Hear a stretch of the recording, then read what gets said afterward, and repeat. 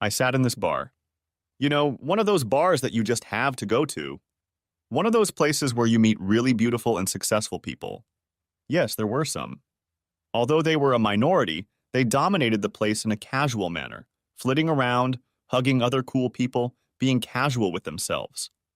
They seemed to know everyone, to be best friends with everyone, to just love everyone. Well, not everyone, of course, but at least all the other cool people. And then there were the others, the nobodies. Moderately attractive or at least not repulsive. They gathered in small, immobile groups and didn't flutter around like the familiar, truly beautiful people did. And then there was the sad remnant. The unfortunate ones who tried to hold on to their seats so as not to blend in with anyone else. They tried desperately not to draw attention to themselves because they felt like everyone could see at once that they didn't belong here, that everyone could see their true insecurities.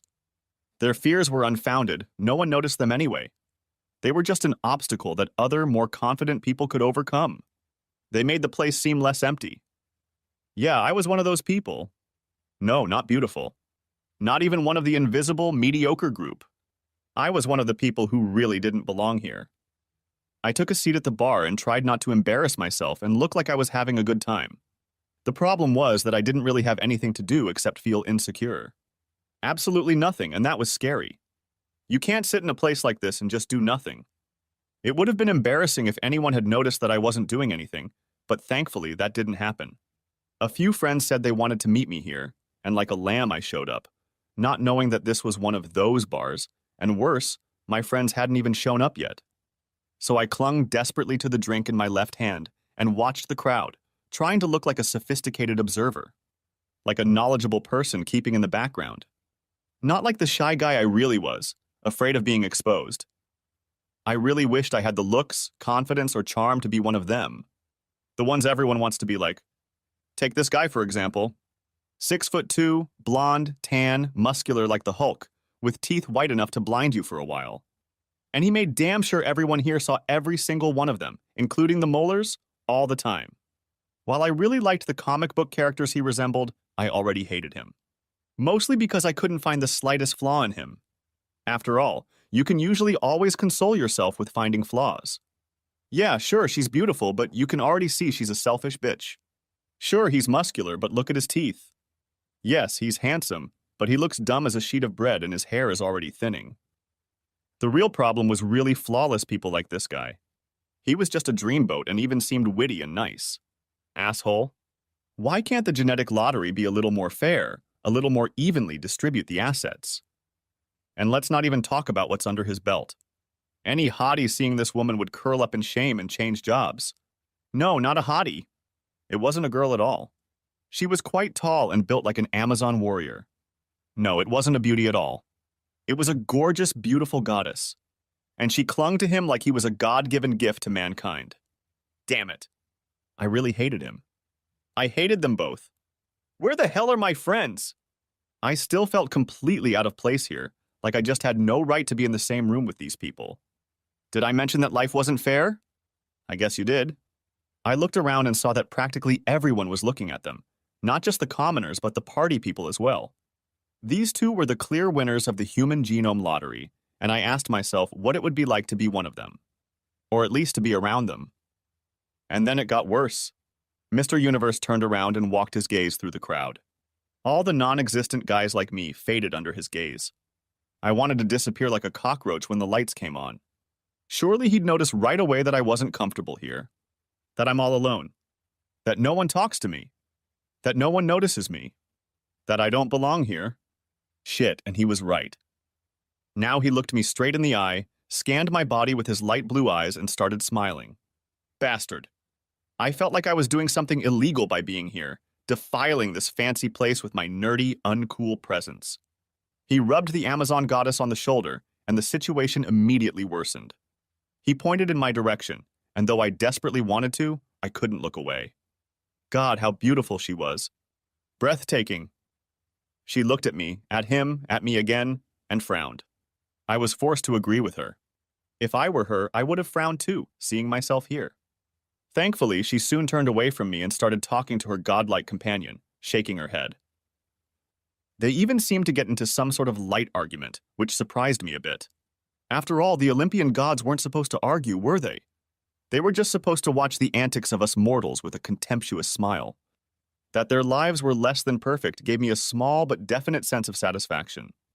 But that feeling didn't go so far as to make me give up my dream of trading their lives for mine.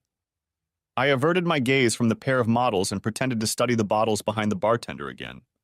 It seemed like this way I'd be invisible until my damn friends finally saw fit to grace the place with their long-awaited appearance, and we could just escape to a more appropriate place. Excuse me. Wow, what a pleasant female voice. It really was so pleasant that I decided to give her the seat she was undoubtedly asking for before I even turned around. Damn. It was her. I felt the blood rush from my upper body and the ability to speak faded away. She sounded eloquent. My name is Tina. Ah. And you are? Ah, of course. You can have it. Now she looked embarrassed. The seat. You can have it. What seat? I asked your name. What? Your name. Surely you must have one, right? Thomas. Ah. You see, Tom. Everyone just calls me Tom. Yeah, Tom. I was still a little embarrassed by her presence. Good, Tom.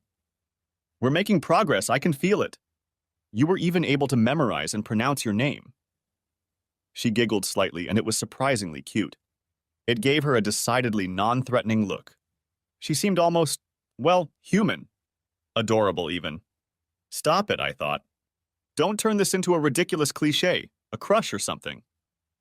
You see, Tom, we have a bit of a problem. A deep and very masculine male voice suddenly broke my trance state. Her companion had joined us unnoticed by me. Hell, everything around me was happening unnoticed while she was talking to me. I'm Ralph, Tina's husband. You see, I'm very fond of her. And she just turned 25. Why is he telling me all this, I puzzled. And surely you know how hard it is to find the right gift for your woman. Having no experience with real long-term relationships, I wasn't really versed in this, but prudently kept silent. Well, I kind of fell short. I bought her. No, let's just skip that. It was a ridiculous gift. And she got a little upset. Got pissed off. What? I was furious, Ralph. Really pissed off. Yes, all right. Pissed off. She was pissed off, really pissed off. And I kind of made her a promise. She'll get any gift she wants if I can arrange it. You know, financially, legally, and so on, you know? Okay. That was my only contribution to the discussion, and I desperately hoped I'd manage to hide my growing confusion. Why was this stranger telling me about his failure to pick out a suitable birthday present? Why was she looking at me almost expectantly? Hell, is this even the reality I'm in right now? Apparently not. None of this made even a remote sense. I expected that at any moment someone would yell, "Cut!" and make me look like the victim of a prank. And that's where you come into play, he said. What? Could this evening have gotten any weirder? Where were my buddies when I needed them? Now I was desperately searching for some kind of exit strategy. I finally found the flaw I was looking for. These people were clearly crazy. I chose my gift. Entertainment with another man, just once. I hadn't been drinking when she casually said that. Luckily. Otherwise, I would have spread my booze evenly throughout the house.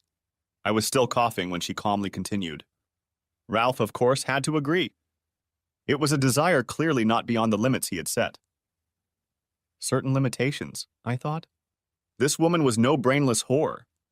But to speak in such a tone about the openness of marriage to extramarital fun was certainly odd. Yes, I had to agree, but I didn't have to like it. My stipulation was that I could pick the guy and that I could watch the whole thing if I wanted to. Really? My one-word answers probably led to the fact that they already thought I was a complete idiot. Of course, what did you expect? I certainly wouldn't let a man who could be any competition to me do it with her. Ah. You know, it's certainly not easy for me. But I know I screwed up, and that's part of my penance. But I'm not going to let it jeopardize my marriage. So I need a totally unattractive man. Unattractive, ordinary, not a charmer, not a keeper. Basically, no competition. What a strange story. But I finally understood why they were telling it to me, and frankly, hearing the undeniable truth told in that way was rather disheartening.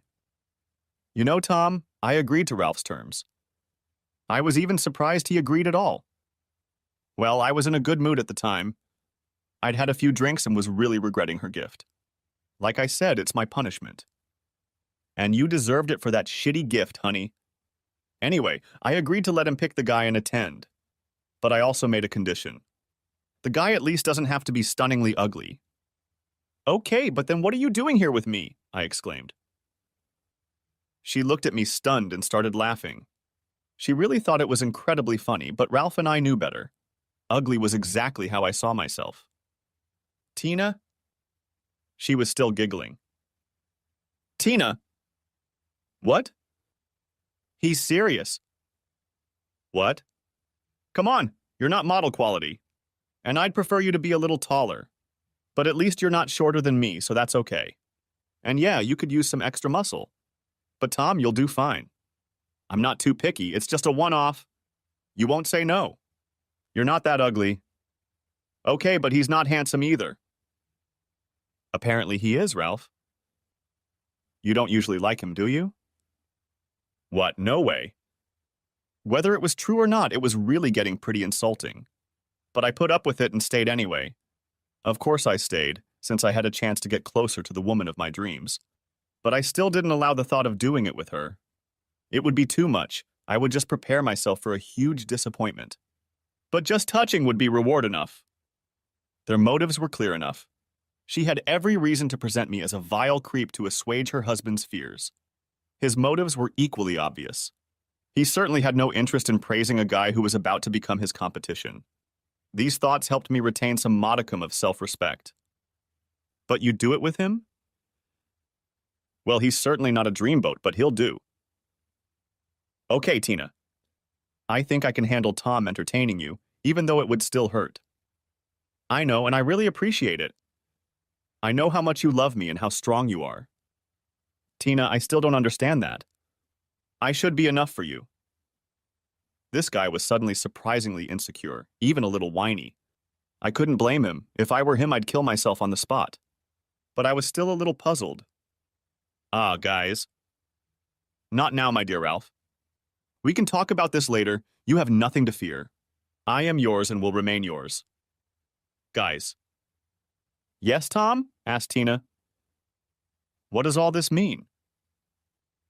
It means you're going to entertain her, dude. You're not going to make love to her. You're not going to romance her. No candlelight dinners. No hugs, no kisses. Just simple, quick, old-fashioned, you know? No. What do you mean? They were both clearly stunned by my response, and frankly, so was I. I'm not interested. Are you out of your mind? I inwardly reprimanded to myself. But it wasn't true. This wasn't going to work. Are you crazy? Or maybe you're gay. No, Ralph, I'm not gay. Have you looked at her lately? She's so beautiful. Yeah, I've noticed. But it's still not going to work out. At least not the way you described. Without romance? I'm sorry, how could that possibly work? So you need these things? Candles? Kisses? Cuddling? Man, that's disgusting. I offer you the opportunity of a lifetime and you come up with such unmasculine stuff. I'm sorry, I forgot, you're kind of a wuss. Yeah, I imagine you like that sort of thing. I didn't really know what I liked myself. Okay, I certainly wasn't a Casanova in my 24 years. He's right, Ralph. I don't love him and I never will, but this in the way you describe it won't work. Fine, do what you want, but I'll get it first. You'll get a sloppy second. Ralph, honey. It's a deal. It's better for you, too. He'll be able to watch and learn. She only rolled her eyes. Okay, let's get this farce over with, shall we? This little caricature of a man poses no threat to me. I thought he was whistling in the dark. But I was glad he was being a jerk. It made things morally easier. I was a little uncomfortable having fun with a married woman. Okay, I'm in. But I'll be the leader, I boldly stated. Deal, she replied quickly, keeping a straight face. Great. Just fine. Now he was being sarcastic, and it didn't help that he was being nicer. But you won't be doing it in our bed. I'd have to ritually burn it later, and it's almost new. And where do you live, weakling? Just a few 100 meters from here. Shit. Wow, that's a thoroughly miserable man. He probably wished he'd thought of a better gift for her. Whatever he got her, his punishment seemed unnecessarily harsh. But then again, I didn't know them well enough to judge. We walked to my apartment, which was quite close by, in tense silence. I walked in front, and he kept possessively grabbing her. For such a virile stallion, he was being a little pushy. She was reciprocating, probably to appease him. We spent about 5 hours in the elevator after that. At least it seemed that way. There was tension in the air, with Tina and Ralph standing in different corners. No one said a word. Everyone was staring at the floor or the ceiling, as was the unwritten law in elevators. Direct eye contact with Ralph had to be avoided at all costs. Instead, I glanced briefly into Tina's gorgeous eyes, and she smiled tensely. She didn't seem to be expecting it at all, which didn't help calm my nerves. The situation was just weird. After an eternity, the elevator door opened, and Ralph and I tried to get out at the same time. He took this opportunity to roughly push me out of the way. I stumbled slightly, trying desperately to maintain a modicum of dignity and not fall to the floor. I barely succeeded, but I embarrassed myself by doing a strange dance with my arms and legs. Tina looked at me almost painfully, and Ralph smirked. If everything had gone right, I would have entertained the woman of my dreams by the end of the night, but at the cost of what little self-respect I still had left. We walked into my large living room, which had a stunning view of the city. The wall in question was one single huge window, and the whole room looked like it had been taken from some catalog of modern furniture. I wasn't obscenely rich, of course, but I had a very good income, a fancy apartment, and the ability to work from home. Except for the lack of female companionship, my life was pretty normal. Oh, wow. They were both quite impressed, though I couldn't understand why. Sure, it was a beautiful place, but it belonged to an unremarkable guy. They were lucky, beautiful people. They were standing by a large panoramic window, looking out at the city lights, holding hands and sharing what seemed like a romantic moment. I almost felt like an intruder in my own home. Anyone want something to drink? It was time to bring them out of their reverie. What? Yes, Tom, that would be wonderful. Maybe you have some white wine. Sure. Beer. As I brought them drinks, I tried to calm my nerves a little. I still had the impression that she was too beautiful to be around someone like me. I had a brief vision that the universe would simply collapse if I touched her, because surely some law of physics would be broken. And to be honest, I was also a little intimidated by her mere presence. Quite a nice apartment. You don't seem to fit in here. Thanks. I did my best to ignore his rude remark, which seemed like the best way to not give him any pleasure. Okay, let's start with me giving you a free lesson. She seemed unhappy with his behavior, but tolerated it, probably because she was well aware of how difficult the situation was for him.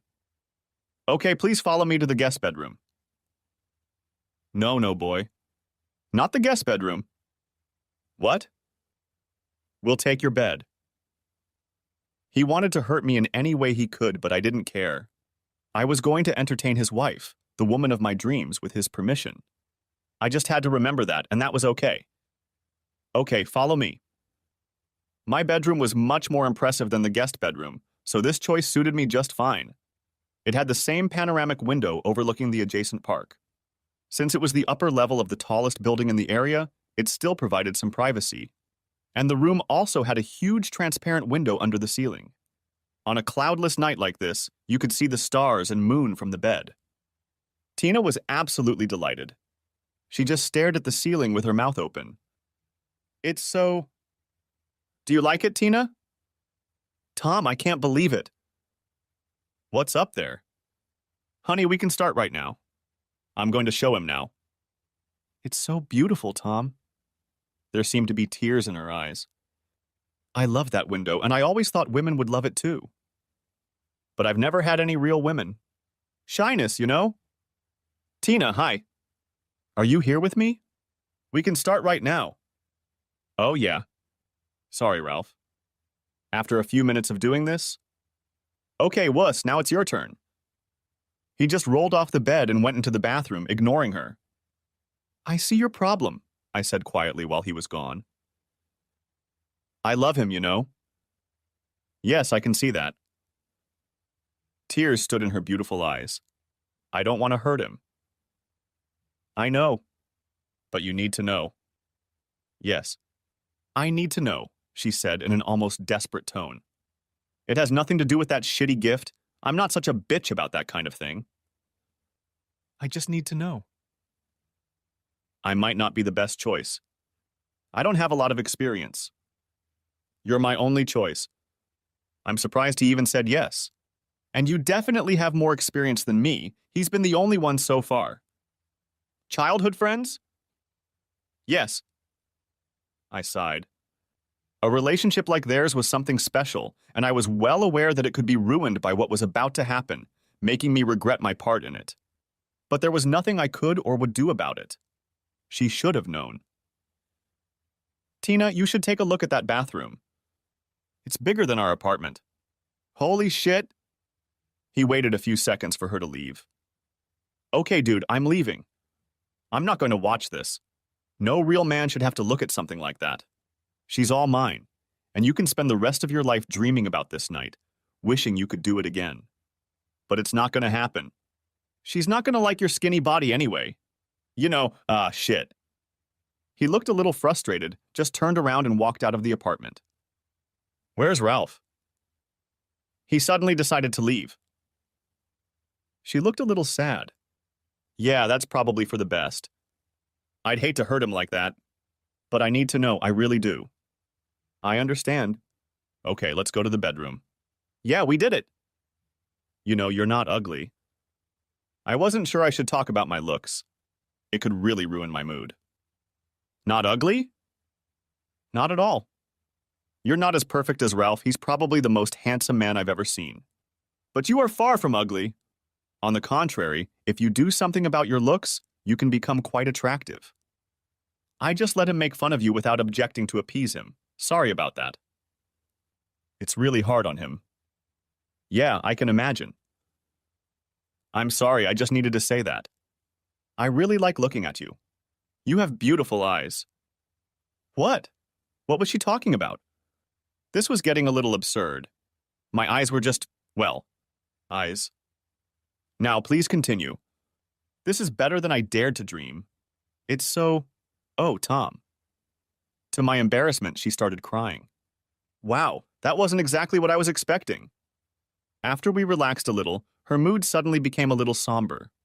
I thought I knew what was wrong. Tina, you shouldn't feel bad. I know. This isn't what you expected? No, it's not. That's the problem. It was better. Much better. You really love Ralph, don't you? Yes, more than anything. And entertainment that's so good with someone else seems even worse with him? Yes. I guessed that. Guessed? Well, the only reason for your strange request, hurting someone you clearly love, and potentially jeopardizing your marriage had to be something very important. She only nodded. You clearly love him, which isn't surprising since he's a total dreamboat. So what reason do you have for wanting to have fun with someone like me? Having fun with him is obviously so bad that you're probably even doubting yourself. Yeah, she sobbed and collapsed to her knees. I tried to comfort her. Tina, the problem is definitely not you. You're a very good, very responsive lover. But that doesn't solve anything, does it? The man you love isn't the same man anyway. You know that for sure now, even though you had your doubts until today. She only nodded miserably.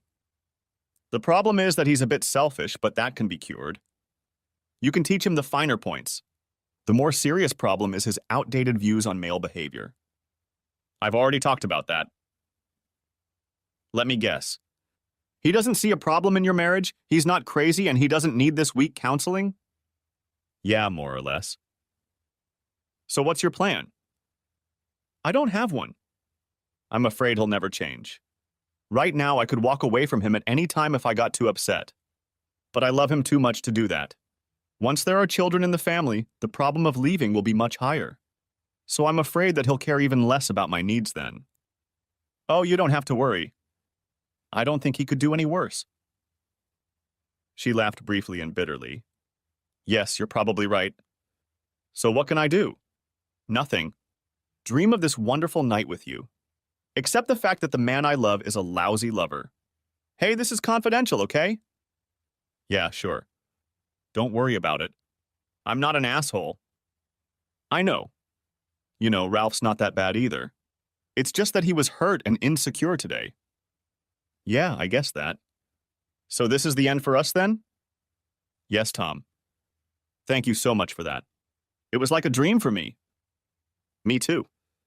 Thank you. I'll never forget this night. With tears in her eyes, she ran to the bathroom, cleaned herself up, got dressed in record time, and ran out of my apartment before I could find the appropriate parting words. I realized with surprise that my face was wet too. After that, I lay awake for ages, trying to realize what had just happened. She was extraordinarily beautiful, and she was certainly gorgeous in bed. But what surprised me was that she was so open, so sweet, so attractive. I was almost glad I wouldn't see her again. I would definitely fall in love with her without being able to get her, make her mine. She really was beyond me. She was perfect, just like Ralph, except for one annoying flaw. My plan was to try to treat the whole thing as a strange but very nice one-time episode that I would fondly remember for the rest of my life. But there was nothing in it that would really change my life or my outlook on the world. Of course, it didn't quite work out that way. The next morning, I went to the barber shop to get a decent haircut. I cultivated my nerdy, careless look, but realized it was just as ridiculous as Ralph's strange views on appropriate male behavior. Neglecting my appearance wasn't a pleasant quirk, it was just immature. By evening, I had a new haircut and wore new clothes. It was time for a change. Meeting Tina was a wake-up call for me. My self-esteem was still intact after the experience, and I was almost able to hook up with the girls I'd met twice in the city. Of course, before things got too serious, I managed to screw things up by hesitating too long or not finding the right words. Some of my insecurity may have disappeared, but I was still painfully shy. 2 weeks after my big adventure, I sat by the fireplace and stared at the flames that were the only light in my house at the time. My mood was somber. My attempts to push Tina out of my mind were mostly unsuccessful. All would have been fine if she was just beautiful. The real problem was that she turned out to be a sensitive, caring, and loving person. Damn! I kept thinking about our wonderful lovemaking, replaying it over and over in my mind and torturing myself with it. My beautifully moody mood was broken by the doorbell ringing. No, not now. I couldn't see anyone right now, especially not my friend Tim, who was the reason I was in this situation in the first place, not showing up at the bar on time. The damn doorbell rang again. Shit! I realized I should probably do something about it. I finally got my ass up off the floor and moved towards the door as it rang again. What had happened to Tim? He was usually too stoned to be in such a hurry. I opened the door and was about to scold him when something tall, beautiful, and definitely female flew into my arms, nearly knocking me over. All in all, the situation could have been worse. Don't talk, she said, breaking her own rule. Let's just go to your bedroom. I just nodded. She was right. Nothing needed to be said. Half an hour later, we were lying in bed in friendly silence.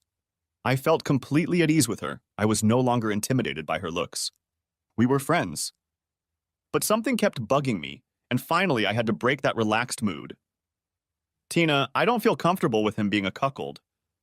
It's just wrong and not really my style. Yes, I feel terrible about cheating on him, too. I love my husband very much, you know? I know. He's been my best friend since I was a little girl. He protected me from bullies at school. Good. I'll never leave him. Good. Suddenly, she started crying. I have to leave. She practically ran out of my apartment again. This was becoming a habit of hers. I felt like an asshole for ruining her mood so badly. I wasn't too surprised to find her at my door again a week later. I was fine with that, since I wasn't thinking about anything else during that time. Most of the time, I just stared mindlessly out the window or at the wall, daydreaming about her. After a rapturous greeting, we made fantastic love again and again, talked about being uncomfortable. She praised Ralph again, and I again pointed out that I was not usually the type to entertain married women. This conversation was suspiciously beginning to resemble more of a ritual than the real truth. Her visits became more and more frequent until we were doing it almost every day. I still felt uneasy about the moral aspects of it, but I had no chance to resist her. She was completely distraught and cried a lot. We both knew it was wrong, but things developed into a full-blown long-term affair. Another thing that happened was that we just loved spending time together, outside of the bedroom. We developed a casual, relaxed relationship. Whenever she was able to spend time with me, that is, when Ralph was away for whatever reason, we would cook, watch movies, just cuddle or talk. We were never seen together in public for obvious reasons, but inside my apartment, we were almost like a happy couple. Now we were making lasagna together. The damn doorbell rang. "Open the damn door, slut!" That voice was slightly muffled by the door, but we both knew immediately who it was. I looked questioningly into her eyes, and she nodded sadly. Then, with my heart in my sneakers, I opened the door. Tina was nowhere to be seen. She had hidden herself in the bedroom. "Ralph." "Tom." He looked pretty flustered. "Is Tina here?" "Ralph, what do you want here?" "Tina!" he shouted, ignoring my question. I was about to chase him away when, to my surprise, she appeared behind me. "I'm here." He immediately lost his temper. It was horrible to watch. I could see his spirit breaking right before my eyes. "So it's true?" He was almost crying, and for some reason that would be the worst. I really hoped he would spare us from this. I also hoped that Tina would deny everything, if only for his own sake. Maybe tell him some fairy tale about us just being friends. Yes. That statement shocked Ralph as much as it did me. What did it mean? Why did she want Ralph to know about us? Did she want to come clean? Did she want to force herself to break up with me in this way? Did she want to break up with Ralph, as unlikely as it seemed? "You're a bitch. A goddamned adulterous, traitorous bitch," he said in a strangely sad voice. "I know," she replied sadly. "You're a heartless, cheating, worthless bitch." I realized his mood was changing. This was a desperate man, and he was about to get seriously angry. "I know. I'm sorry." "Sorry? Sorry? What does that mean?" "It doesn't mean a damn thing. It doesn't change anything. What are you sorry for anyway? For entertaining him? For entertaining that worthless, skinny jester?" "No." "No? What does that mean?" "I'm sorry I hurt you." "You're a bitch. A whore. A vile, worthless whore." He was already genuinely screaming. I was glad the offices below my apartment were deserted at this time of day. "Ralph, I'm sorry I hurt you. But I'm not sorry I did it with Tom." She was surprisingly calm. Even though the meaning of their words was harsh, her words were soothing. She obviously empathized deeply and felt the pain of someone she loved very much. But she had obviously decided to be brutally honest with him. I respected that, but still doubted her wisdom. While I was still looking at her, something out of the blue hit me in the chin. It finally hit me, I thought, somersaulting backwards. It amazed me how long he could focus his attention solely on her. And since he would certainly never hit her, I was the most likely target from the start. As soon as I hit the floor, I saw her concerned face out of my worm eye. "I'm sorry, Tom." "It's all my fault," she said, while Ralph started kicking me. She then proceeded to physically stop him from hurting me even more. "Leave him alone, Ralph." "Why do I have to do this? Why do I have to do anything for you?" "Stop it, or I'm staying here tonight." Her voice remained eerily calm despite the chaos around her. I had to admire her for that. She was definitely the kind of person you wanted to have around in case of an emergency. Her words immediately stopped him. "You bitch, why should I care?" She walked over to him and took him in her arms. He started sobbing, and that was something I couldn't stand. Okay, him hitting me was almost expected in his world of male behavior. But to see a macho guy like him crying was really making me feel bad. "It's okay, Ralph. I love you. It's okay." Her voice was still soothing. "Don't leave me, Tina. Don't leave me. Please don't." He seemed so weak compared to this strong woman. No wonder he was afraid of losing her. "Tom, we're going to go to the guest bedroom, if that's okay with you." Ralph and I need to talk privately. Sure, I managed to mutter. I examined my face and was relieved to see that I wasn't seriously hurt. I was almost disappointed. It would help relieve me of a tremendous amount of guilt. I didn't like Ralph, of course, but what Tina and I were doing was clearly wrong. We were cheating assholes. There was no doubt about that. About half an hour later, they showed up again. Ralph again looked a little relieved and even seemed a little embarrassed. Tom, I can't see you anymore, Tina announced, pointing to my feet. I had already anticipated this, but to actually hear it was still unpleasant. I see. I promised that to Ralph. He wants to forgive me. We really love each other. I'll be the perfect wife from now on. Ralph nodded firmly in the background, which seemed a little unnecessary. Good. We need our marriage to heal. I need to work hard to regain his trust. I'll miss you, but we won't be able to see each other again. Never again. It's over. We're broken up forever. Okay, Tina. I understand all that. I still felt bad about it. Good luck with your marriage. I'll miss you. Be well. She walked away, trying to hide the tears in her eyes from Ralph. I wasn't feeling too good either. To be honest, I knew I was going to miss her terribly. I was in for a very bad time ahead of me. For weeks, I was in a gloomy mood and hardly left my apartment. Apart from housework, all I did was read, cook, work, and sleep. I was very depressed and realized that I had grown to love her a little. Even more than a little, I thought. My thoughts kept coming back to her. I missed her very much. I'll be honest, I was completely in love with a married woman.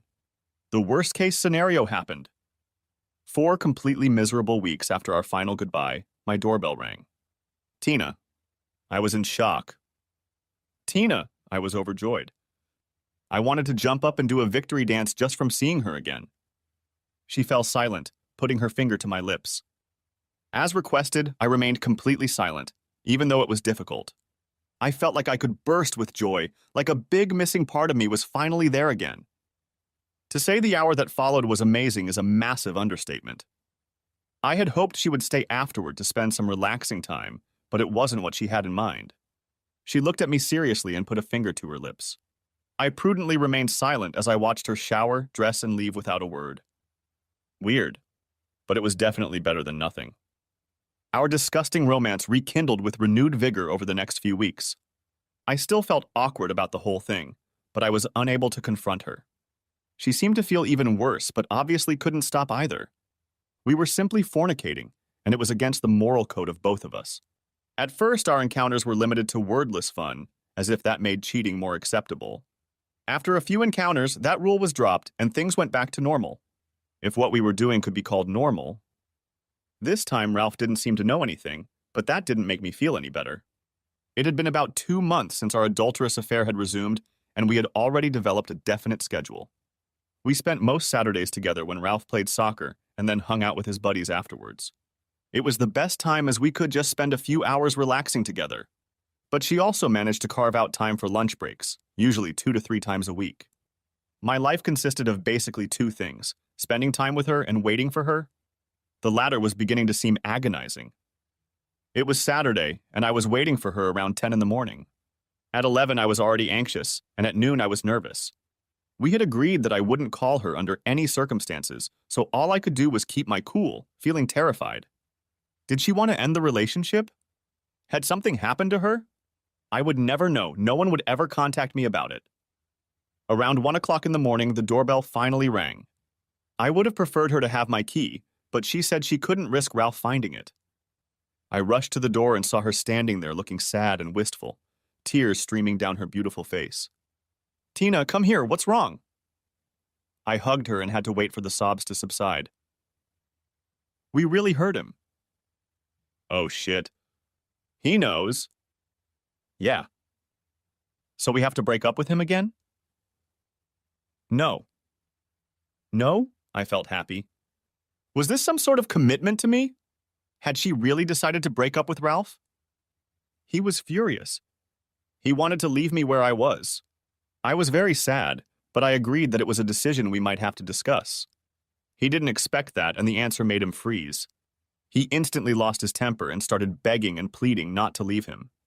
It was a terrible thing to do.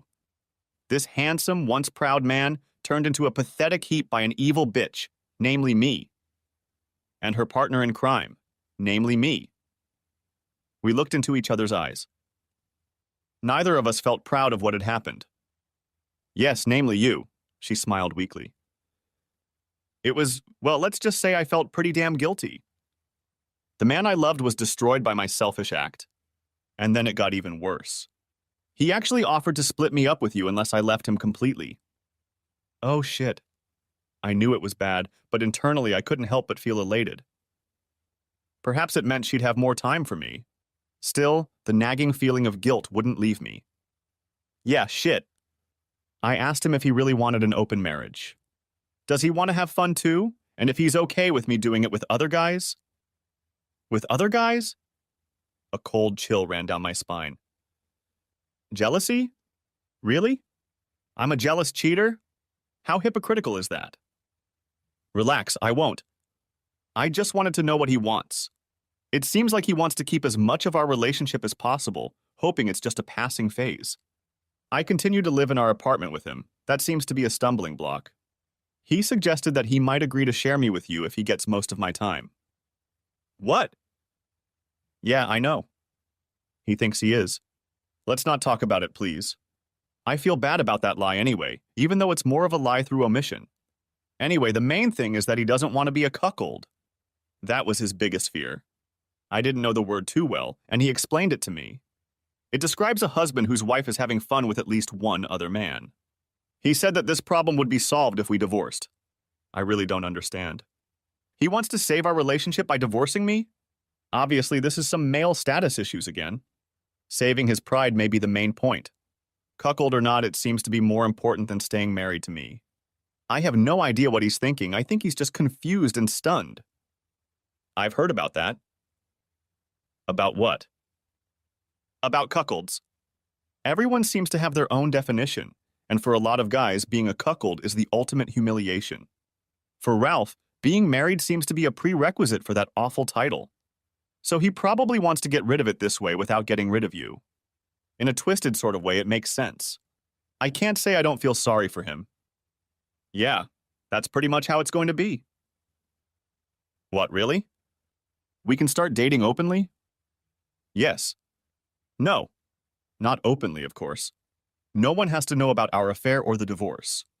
Again, status and image in society seem to be important to him. Under these conditions, he agrees that we spend a limited amount of time together. He hopes that in this way our affair will lose its illicit spice and will soon dry up. How do you feel about this? It's just awful. My marriage has just broken up. I ruined my marriage to the man of my dreams. I see. I didn't like the way that sounded. But on the bright side, I bought more time with the other man of my dreams. Really? That sounded a lot better to me. Sure, dummy. And we spent the rest of that Saturday together in our usual relaxed way until she got back to Ralph's place late that night. I hated to see her go as I always did. But for some reason, it was even harder for me this time. Before, I was an affair and she was going back to her husband, back to her home. With the new arrangement, I felt I was entitled to some part of her, that I was almost as much a legal spouse as Ralph. But as pleasant as that thought was, accepting the fact that she was going back to his place for the night became even harder. Why can't she spend the night with me? Jealousy began to creep into my soul. The realization that I was a jealous cheater was hypocrisy in its purest form, and it didn't help one bit. We continued to live like this for several weeks. I had to give Ralph credit for bringing the matter to a divorce. He loved her deeply, but he didn't want to be a cuckold husband. Since he couldn't leave her or force her to change her behavior, he was consistent enough to see it through, even though Tina assured me it was hurting him terribly. It hurt her too because she still loved him and didn't want him to go through all of this. He was devastated, but still struggled to hold on to her. It was just as hard for her to watch this as it was for him. I was afraid of losing her again during this emotional chaos, but to my great joy, she continued to date me. She would spend time at my place on Saturdays and then go to his place in the evening for a night of clubbing. She still didn't want to appear in public with me so as not to embarrass or humiliate him. This annoyed me a little, but I soon calmed down when she offered to spend 2 nights a week at my place. Those nights were like a dream for me, but must have been horrible for Ralph. Sometimes there was awkwardness right after she came over. I realized that Ralph must have been out of it when he saw her leave, and the guilt ate her alive. But good lovemaking, as it turned out, always helps in a situation like this. You know, Tina, those overnight bags just suck, I said Tuesday morning as she was packing her things before leaving for work. Yeah, I know. Packing these things is a total agony, and I keep forgetting things. Look, there's plenty of room in my closets. What? See? I led her over to my walk-in closet and showed her how pathetic my few belongings looked. I still can't get over how huge it is. Yes, it's a lot of space, even for a beautiful woman's closet. Tom, do you want me to carry stuff into your apartment all the time? Yes. She smiled radiantly. Deal. Really? Wow, that easy? Sure. Wow. Yes. That was it. The first step to getting her to move in with me. But cute? What, she called me cute? My bloodstream was mostly filled with endorphins by this point. I don't even have that many clothes? What? My vocabulary was still a little limited due to the natural drugs in my bloodstream. I hardly have any clothes at all. Sure, what woman has? Smartass. Seriously, if I split what I have between your house and my Ralph's, I wouldn't have enough for either place. I'll need at least clothes to work at both places. She called her former home Ralph's house. This was getting better and better. Well, we'll have to do some serious shopping then. No problem. Tom, I know you're pretty well off. At least I assume you don't have any immediate financial problems, but I'm not so lucky.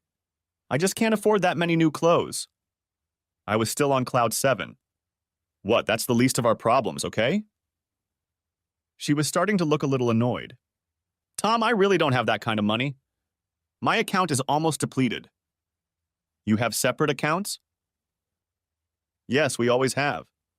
It was fairer that way. He likes to spend his money on completely different things. I see. How much debt do you have? Tom, I'd rather not say. It's a lot, and I'm not proud of it, and I'm afraid you... Stop it, I interrupted her. About 8,000, she admitted shyly. I couldn't help myself and laughed. Asshole. That's not funny. I never know if I'm going to get cash at the ATM. Sucks. Okay, give me your account number. I don't want your money. She looked stubborn and proud and beautiful. I had to figure something out right away. It's not a gift. What am I supposed to do? Remember, I'm not here for money.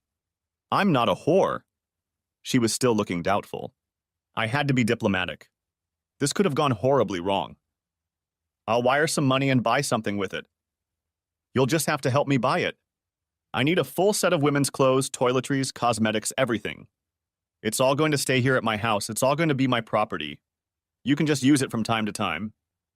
Ah, her face lit up. This was a deal she could live with. Shopping on this scale was simply irresistible to her. And I expect some nice lingerie. Good. She was clearly resigned to the idea. And Tina? Yes? I don't want you to be in a tight financial spot. I'm going to transfer some more to help you with the bill. Not too much, just to help you survive, okay? I don't want you worrying all the time. Okay, she said, smiling shyly like a little girl. Damn, I could really get used to her. So many personalities in one woman. So intelligent, full of life, full of emotion. Hell, I realized again that I was completely in love with her. My thoughts were still in turmoil, so I just mouthed it. Tina, I love you. What? She was clearly stunned. What did that mean? Had I really ruined everything? It seemed like she was about to cry. I'm sorry, I mean, maybe I shouldn't have said that. You're a dumbass. Oh my God! She jumps into my arms and floods me with kisses. I have to go to work. Oh, okay. I expected any reaction, but definitely not this one. I'll see you tomorrow, sweetie. Honey? Really? And by the way, I love you too. And she was gone. I was still in shock. Had I really just said I loved her? I had known I loved her for a long time, but I had always avoided telling her for fear of chasing her away with such a commitment. Had she really not only accepted my confession, but replied that she loved me too? Wow. For the rest of the day, I hardly touched the ground. The next day in the afternoon, a radiant Tina came to my door. Let's go. Oh, hi, Tina. What a nice surprise. What exactly are you up to? I kept my face straight, feigning ignorance. Asshole, she playfully slapped me. Come on. I want to do some serious shopping today. Come on, you lazy bum. I tentatively followed her to the exit of the building. For some reason, I felt exposed, like in those dreams when you're walking down the street and suddenly notice you're not wearing pants and everyone around you is ogling. The problem was that I wasn't just dreaming it. Okay, I was wearing pants, but everyone was really looking at us. Then I calmed down. This is what it's like to walk with a stunning woman like her. I'm just not used to this kind of thing. But besides the stares of the people around us, something else seemed wrong. It was like I had left the safety of a cave and stepped out into the open, feeling vulnerable.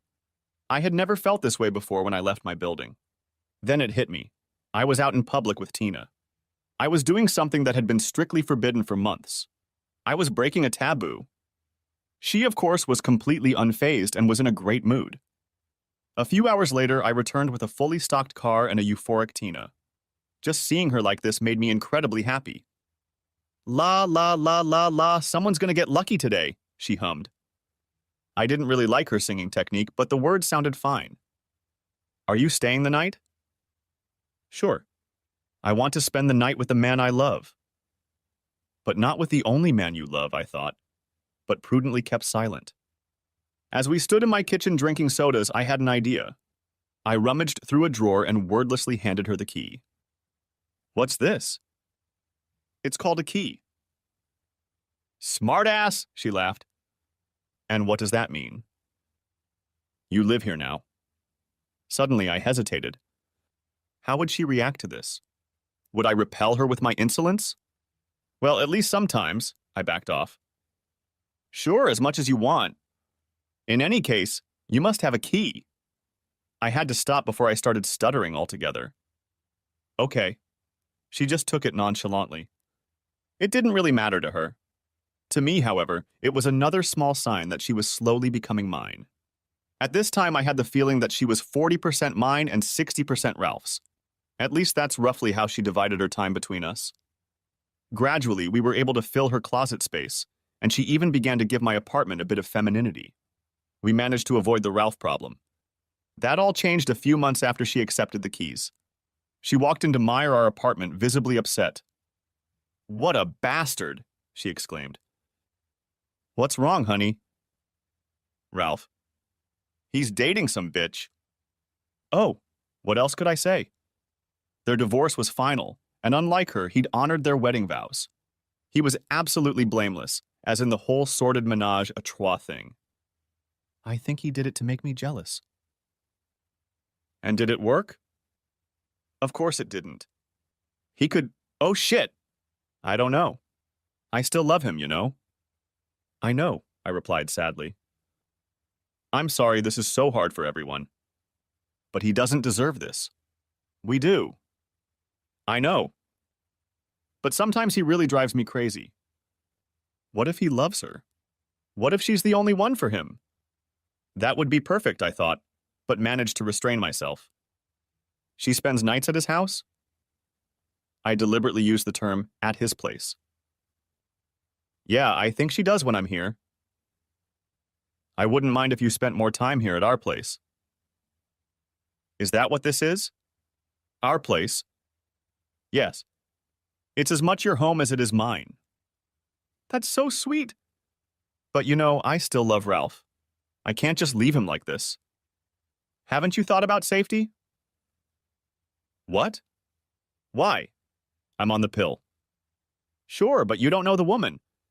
She can be a little promiscuous. That could be a health problem. Oh, I can see that. Shit. So he could endanger all three of us. Well, I can hardly ask him to. He's certainly only doing it to annoy me and make me jealous. I really don't want him to think it's working. Damn, it was really hard to hear that they were even doing this. Imagining it was enough to make me nauseous. But I had to remember what we'd come to. I was a lover and had no right to be jealous. I had to be patient and gradually make her mine. I knew from the beginning that it would be difficult, but I was willing to do whatever it took to realize my dream. She was spending more time at my place than his, and that was already a success. But Tom, I still have a hard time seeing him disappear into his room with that woman. In his room? Yes, we've had separate rooms since the divorce was final. Oh, wow, this just keeps getting better and better, I thought, as we walked to the bedroom for a little entertainment. The bed was like a magnet attracting us, and today was no exception. Tina, I love you. I know. I love you too. That's what makes this so hard. I love Ralph too. Yeah, I know. Tina, I'm perfectly happy with what we have, I lied. But I'm a little annoyed that you still don't want to see me in public, at least in the evenings. You still only go out with him. Tom, I don't do that with him anymore. But I do enjoy his companionship. And I think I owe him at least that much. Good. I see. I realized that my jealousy had reached new heights. It seemed that Ralph was now an affair, that she was going on dates with some other man. But I can do that with you too. It's not that I'm embarrassed to see you. You're not ugly, and what's more, you're a pretty attractive man. I know, but I'm not as attractive as he is. Don't make me lie to you. Ralph is probably the most handsome man I've ever seen. I know. Now I felt very low, even though it was the undeniable truth. Don't feel bad about it. I love you. Yeah, I know. Is it really necessary to keep doing this with him? Yes, if he's in the mood, I certainly won't deny him anything. I'm indebted to him, aren't I? Yes, I suppose you're right. But it's still unpleasant. It almost never happens anyway. I just accepted it like I always did. The long-term goal was important. But when she left our apartment to spend the night with her other man, it nearly tore me apart. I imagined all too well how Ralph must have felt when he found out about us. It hurt. Very painful.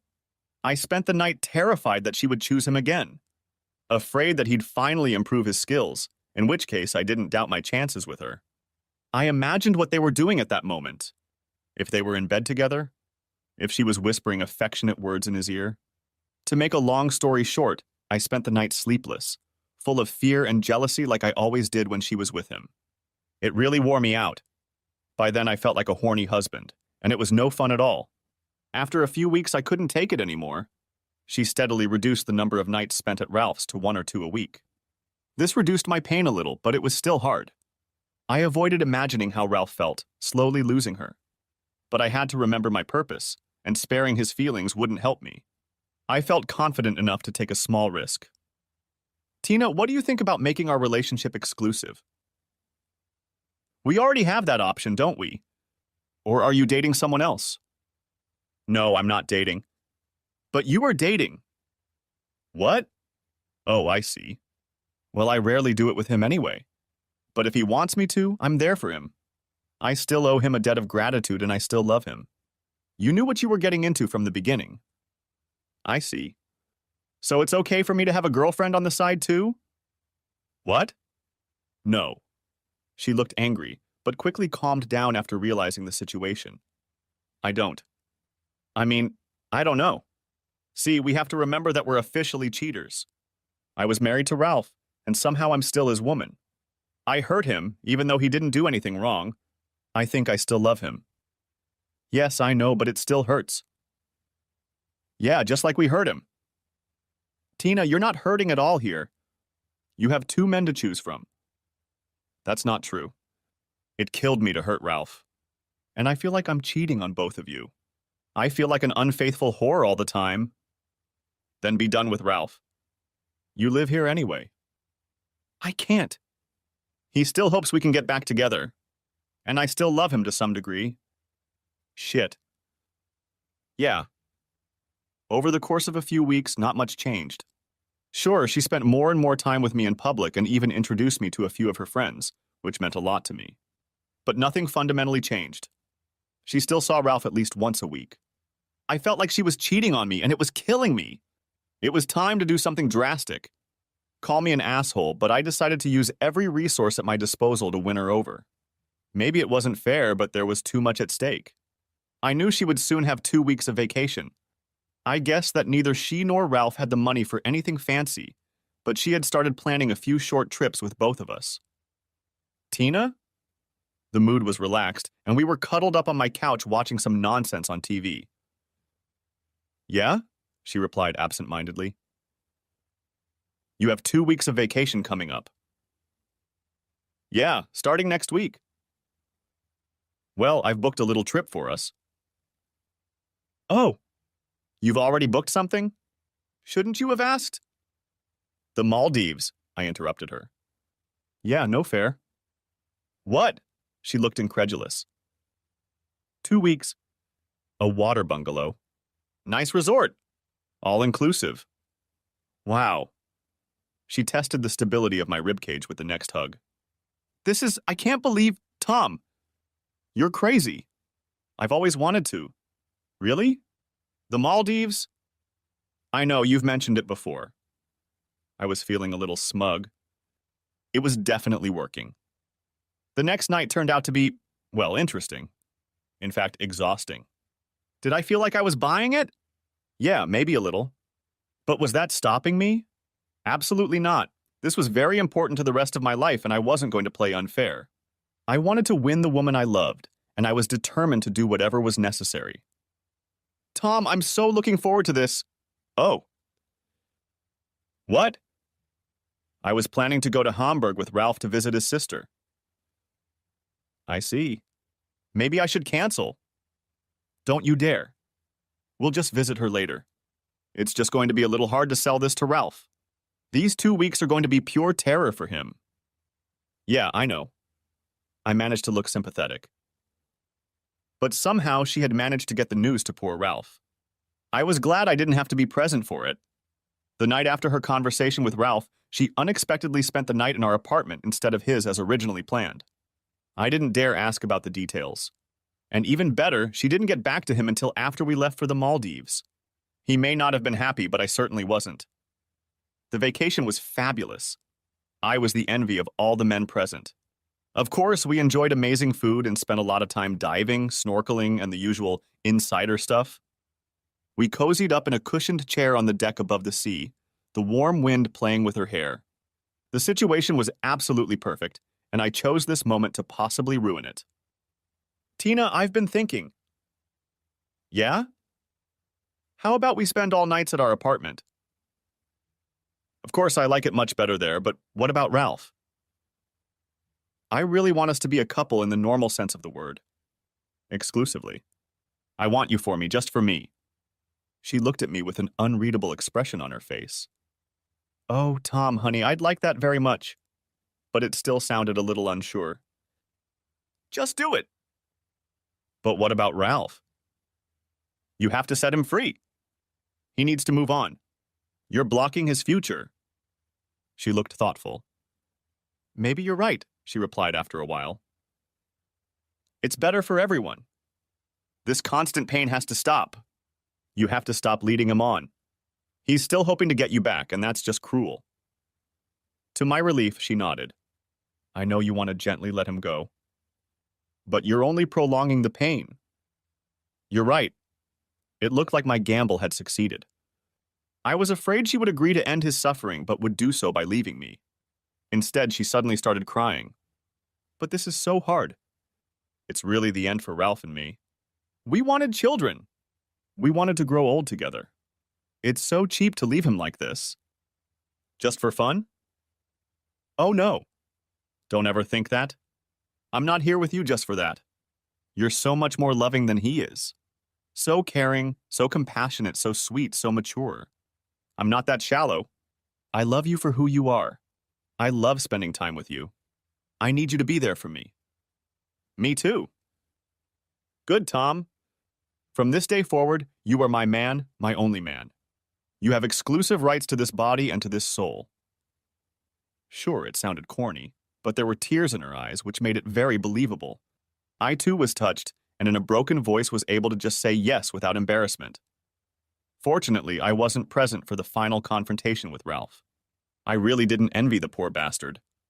Slowly losing a woman like Tina for such a long time must have been sheer torture. She told me later that it was truly awful. He cried, begged, got on his knees, promised never to see another woman again, claimed he never had anything with her. The saddest part was that the latter was even believable.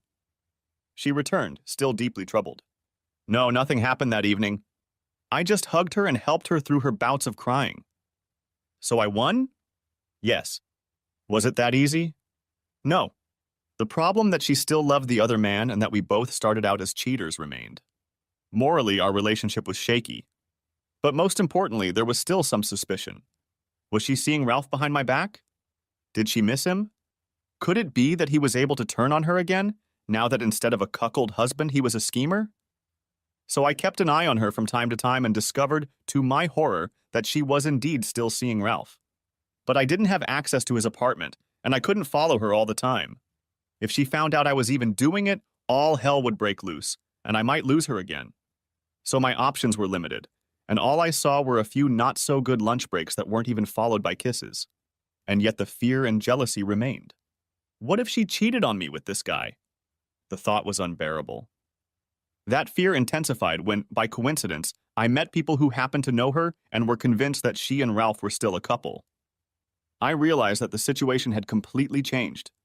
We were now living together as a couple and Ralph was a threat to our relationship. I constantly lived in fear that his abilities in bed might improve if he had enough time and motivation. If he became as good as I was, I feared she wouldn't need him anymore. He was prettier than me, bigger, she admittedly still loved him. Perhaps these thoughts were irrational, but they were still killing me. The karma credit plan was in full effect. The situation wasn't the best, but what could I do about it? Confront her? And risk her going back into Ralph's arms? No. Better not rock the boat. She didn't know I suspected her of cheating on me, and so far life was fine with me. At least it was acceptable. The problem was that Ralph had tried a similar denial strategy when they were still a couple, and it hadn't worked for him. It was driving me crazy. After weeks of growing insecurity, I almost couldn't take it anymore. Tom, honey, what do you think about having a baby? Wow, that was unexpected. Ah, Tina, I don't know. What, is it because we're not married? Tom, I'm willing to change that anytime you want. No, it's not because of that. It's because you're still dating Ralph and I'll never know who his father is. That was it. The cat was out of the bag. I rocked the boat and anxiously waited to see what would happen next. She just looked at me shocked and ran out of the room. Damn. Had I really lost her? She came back a few minutes later with tearful eyes. I'm so sorry, Tom. Of course I'll stop seeing him. At least without you. Without me? I don't like guys. What, you suspect me of still doing it with him? Well, yeah, sort of. You can't be that stupid. I promised you to be yours alone, and I intend to keep that promise. Yes, I've seen him a few times at lunch. I think I owe him a debt of gratitude. But I am loyal to you. Somehow I believed her. I'm sorry, Tina. But you have to admit that given our history, yes, I'm a cheater. I have to live with that stigma. But the truth is, I never lied to Ralph. Sure, I didn't tell him about meeting you, but I never told him a direct lie. And I'm telling you now that I'm being faithful to you. I felt like a fool now. But at the same time, I felt like the weight of the world had been lifted off my shoulders. We were both still paying the price for cheating on Ralph. So you can stop seeing him? Of course. Do you think I should? If you can, why haven't you done it until now? I should have assumed you were still in love with him. Tom, honey, Ralph and I have been together forever. We and everyone else thought we were made for each other. Our future together was never in doubt. We were always friends, we took each other's kisses, we were destined to grow old together. I always thought I loved him. Turns out I did to some extent, but it wasn't until I met you that I learned about real, true love. And it's not just what you think it is. With Ralph, I have a kind of companionship, a friendship, and affection. I like him, and you could say I love him like a brother. But with you, I feel a deep, real love. So of course I can stop seeing him if I have to. You win. I kept seeing him more out of obligation than out of love. I think he loves me as deeply as I love you, and I tried to let him down gently. I see. Wow, I'm relieved. Don't you think you're making things even harder for him that way? He's probably still hoping to get you back. It's probably torture for him. Yeah, you're probably right. I even knew about it, but I was too weak to break up with him completely. Good. Though it was probably inappropriate, I smiled widely. She was finally and truly mine. I felt muscles in my body relax that I didn't even realize I had. A sense of satisfaction swept over me. Tom, is it okay if I see him once in a while? Without sex, of course. And to have you present when I do, she quickly added. Given your history, I'd rather you didn't. I admit it would make me sick, but I'll understand if you feel you have to do it. Thank you so much for letting me do this and forgiving me for secretly dating him. Well, what else could I do? In our group of serial cheaters, I could hardly blame her for such a small thing, could I? In the weeks that followed, we pampered each other to the fullest. We bought each other little gifts, brought each other coffee and bed, basically whatever we needed. My motivation was to make sure she never looked at Ralph again. Her motivation? I didn't know. Guilt, maybe? To air her grievances? To make sure I didn't arouse suspicion? Whatever it was amusing for a while, but also a little too much. After a while, we both slowed down a bit, and our relationship relaxed into a stable, long-term relationship. We were sitting at the breakfast table on a beautiful Saturday morning. Yes, Tina, I said out of the blue. What? I agree. Honey, what are you talking about? You proposed to me, remember? Her face lit up like the sun. Really? You're marrying a cheater like me? Tina, there's no need to bring it up again and again. We both don't have the best history in that regard. God, how you won't regret it. I just grinned like an idiot. I'll stay true to you, you can rest assured. I know, but I didn't. That was probably exactly what she'd promised Ralph. I'll make sure you don't regret it, Tom. 6 years and 2 kids later, I still haven't regretted it. She still spoils me as much as I spoil her. But I'm no fool either. Without discussing it, we made the tracking feature on our smartphone available to each other. I still discreetly check her email and phone from time to time. So far, she has proven to be faithful. Our marriage started with infidelity, and that flaw will never go away. Officially, Ralph has come to terms with the situation. To my dismay, he visits us often with his new wife and their young son. We try our best to be cordial with each other, but there is a certain tension in the room when he is around. I also see secret longing glances in her direction, and they bother me greatly. Keeping in mind our shared track record, I do my best to keep her happy. The fact that she wasn't happy with her life led to her leaving Ralph, and that's a situation I wouldn't want to be in. So I'm under a lot of pressure, but as long as I have her, I can live with it. Despite the nagging and probably unfounded doubts, I'm finally starting to believe it. I wrested the woman of my dreams away from a much more attractive man, but I did it at the cost of my moral standards. Was it worth it? Hell yes. Thanks for watching, I hope you enjoyed it. So subscribe to my channel and watch the next video.